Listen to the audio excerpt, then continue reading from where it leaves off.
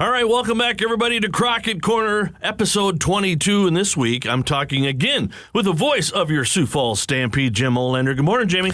Good morning. Thanks for having me back. Absolutely. We have to talk about last weekend's playoff games. Absolutely. Friday, Friday, Sunday. Yep. Friday was great. Sunday, not so much. Yeah, it was, playoff hockey at its best, and Friday night we had a great crowd, full building, really good atmosphere, really everything that we could have hoped for and more, I guess, with our fans, and it was just really fun to see, and we got off to a good start. We took a 2-0 lead and just had a good battle with Lincoln. We were able to eventually win the game 5-2. We were kind of able to pull away late and played some pretty good hockey and kind of got our feet under ourselves after, a couple of weeks off. Really, it was basically 2 weeks that we haven't played. So from that standpoint, there's a little bit of work to do in a game where you haven't played for a while and getting back into game shape. And I thought we were able to kind of do that throughout the course of the night. And then Sunday we have the tough task of playing them again. And I thought it was again we actually got out to a 2-0 lead and we had a chance on a power play to go up 3-0 and unfortunately couldn't score. Their goaltender played well, and those are the moments in the games, right, where you've got to capitalize, and unfortunately we didn't. And sure enough, they came back down and they end up getting a goal to get on the board, and then they eventually tied it. And then in the third period, we got a big goal from Jack Browdy, who's one of our top defensemen, but not a goal scorer, and gets his first goal of the season, regular season or postseason, to give us a 3-2 lead. And I thought at that point, I thought we were going to pull away.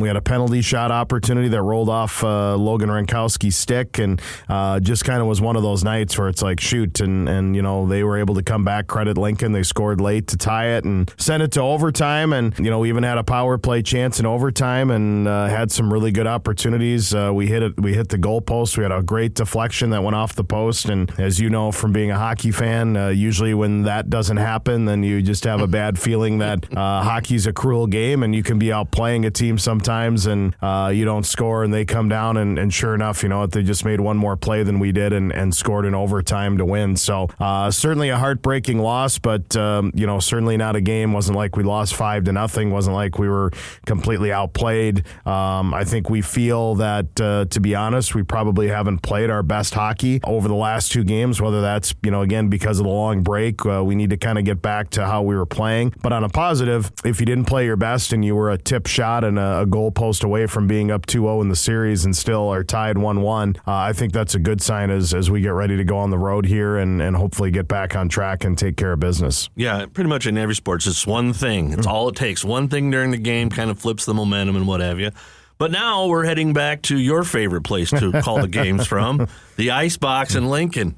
Yeah, it's going to be fun. It's a great atmosphere. Fans are right on top of you. It's loud. Not my favorite place to broadcast. It's in the corner. I can't see very well, and it's cold. And they have the air conditioning blowing on me the entire game. But nobody cares about what Jim has to go through, and I understand. So and then the leftover food and from the previous leftover games. food that's going to be there. Yeah. So, but it is a really fun building to play in, and and it's a challenge. But the positive is, we were 4-0 there during the regular season. We've had success. We had the best road record of any team in the USHL this year. So I think that helps us going into where you have a little bit of a different feel being 1-1, where I always think, game 2 is big because obviously it's kind of a momentum stealer one way or another. And but for us, I think, we still feel pretty confident. We've got to, again, get back to playing the way that we were earlier. But this is a team that enjoys being together, truly loves each other, and likes being on the road. So I think from that standpoint, it's not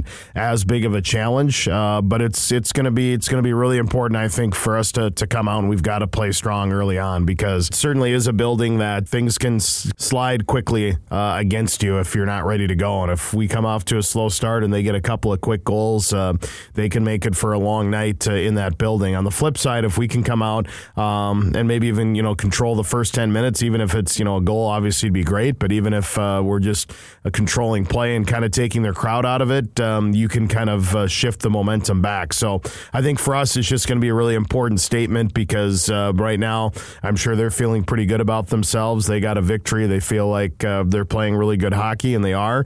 So we've got to kind of shift that back and maybe put a little doubt into their minds. So looking forward to it though, and so Friday is game 3, and then we know for sure it'll be game 4, and one team's season is going to be on the line. It'll either be us trying to eliminate Lincoln or Lincoln trying to eliminate us, and I think that's going to be a big fun one too. So obviously, anytime you get to an elimination game, it's difficult for both. I think it's always hard to eliminate a team because really you come out and you got nothing to lose, your season to lose, so you just got to give it everything you've got.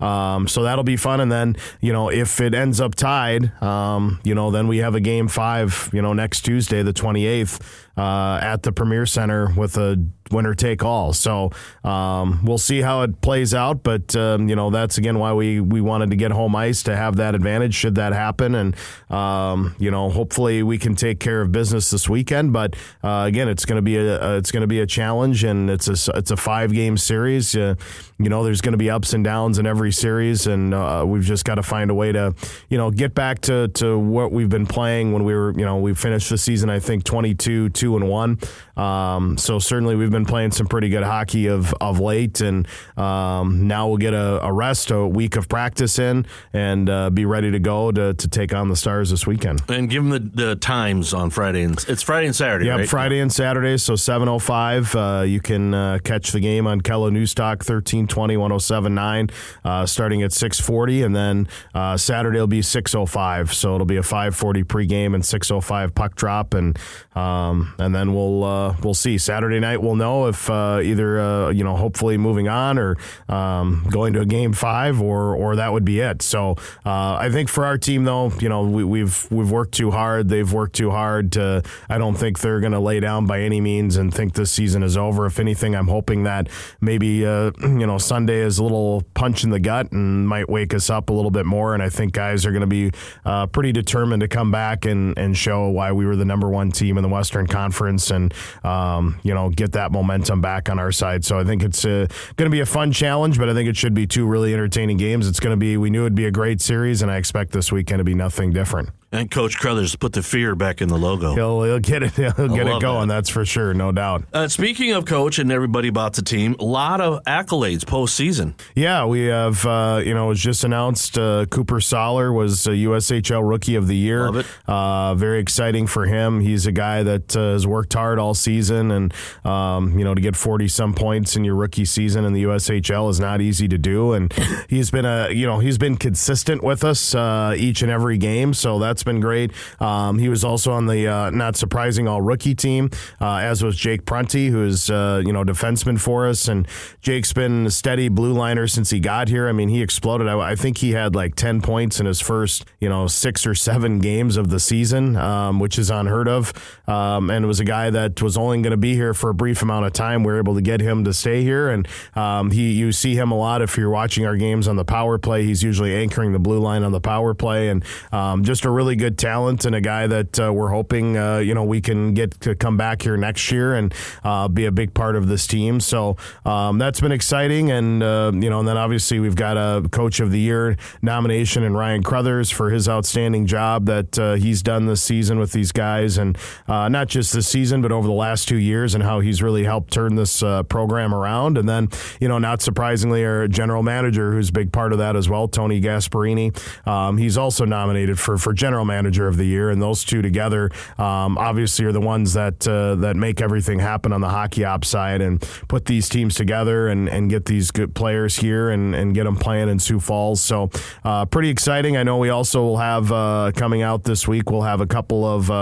I think second team and third team all USHL as well. So we've had some accolades. I think we've also, to be honest with you, Coach has been a little irked that we didn't have more. I feel we didn't get we've one of the best goaltenders, if not the best goaltender in the league, and he wasn't nominated for goaltender of the year. None of our players have been nominated for forward of the year. So certainly, we'll take the ones we can get. And again, they're awards. It's not, it's not life or death. But I think at the same time, hopefully we can maybe use that as a little edge to prove people wrong that, we feel that we've got some of the best players in the league. And, now we can go out to Lincoln and hopefully show it this weekend.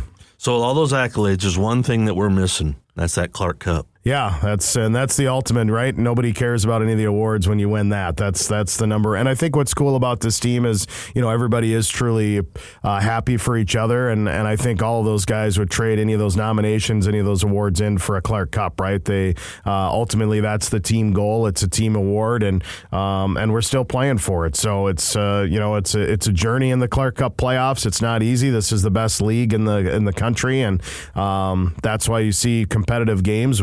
It wasn't going to be a walk in the park, and we've got a little bit of work to get done here, but hopefully, the next step is winning the series, and then, then you've got a conference final, and then after that is the Clark Cup final. So we've still got a ways to go in our journey, but we're off to a decent start, and now we just got to keep it going. So again, folks, Friday and Saturday games down in Lincoln. Listen to them at Kello News Talk 1320. Or if you want to drive down to Lincoln, make a whole weekend of it, we'd love to have you down there. Yeah, absolutely. We've got a fan bus that's going down, so that's going to be pretty cool. And then, if you want to get tickets, you can ask them about where the Stampede fans are sitting. Sit with fellow Stampede fans. I know we have quite a few people that said they're driving down, and that's pretty cool to see too. So you guys can make a difference of being there. Our players, really appreciate it, and it does make a difference when they see those guys and girls cheering in the stands. So hopefully some people can make it down and make a weekend. Now that we know we're playing 2 games for sure,